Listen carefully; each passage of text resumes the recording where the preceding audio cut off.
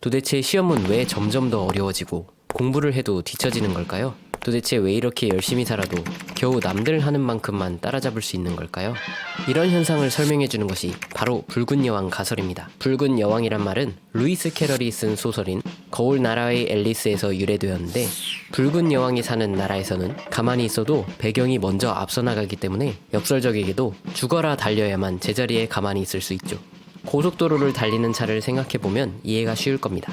만약 모든 차들이 시속 100km로 달리고 있다면 운전자는 다른 차들과 나란히 달리게 되겠죠. 다른 차들을 추월해 가고 싶다면 시속 100km보다 빨리 달리면 되는데 딱 그만큼만 앞서 나갈 수 있습니다. 마찬가지로 라이벌에게 무언가 우위를 점하기 위해서는 계속해서 진화해 나가야 되지만 결국 어떤 제약 조건을 초월해 일방적인 승리를 거둘 수는 없다는 겁니다. 육식동물 중 가장 빠른 맹수는 치타라고 할 수 있죠. 무려 시속 110km 정도를 뛸 수 있는데 고속도로 1차선 정속주행 차량보다도 빠릅니다. 이런 엄청난 스펙을 가진 치타의 사냥 성공률은 몇 %일까요? 50%가 안 됩니다.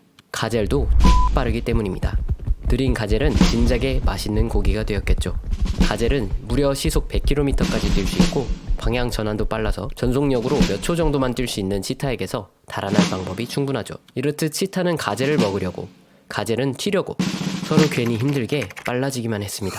비슷한 예로 암컷을 유혹하려고 수컷들이 어금니를 기르며 경쟁하다가 어금니가 자기 두개골을 관통해서 죽는 바비루사 멧돼지들이 있죠.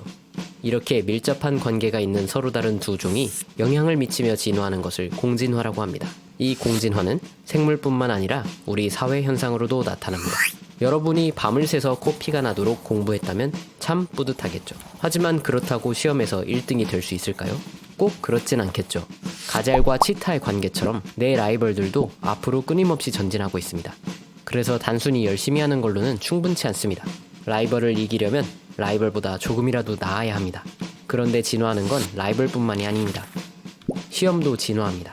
점점 더 잘하는 사람이 생겨나면서 시험도 같이 어려워집니다. 나와 라이벌, 그리고 시험과 나 모두 공진화하면서 서로 괜히 더 힘들어집니다. 실제로 이 시험의 공진화를 볼 수 있는 예가 있는데요. 이 문제들은 19세기 MIT 공대의 입학시험입니다. 요즘엔 중학교, 아니 초등학교 수학으로도 충분히 풀 수 있을 법한 문제들입니다. 지금 수학을 잘하는 초등학생이 19세기로 간다면 천재 수학자 소리를 들을 수도 있겠죠.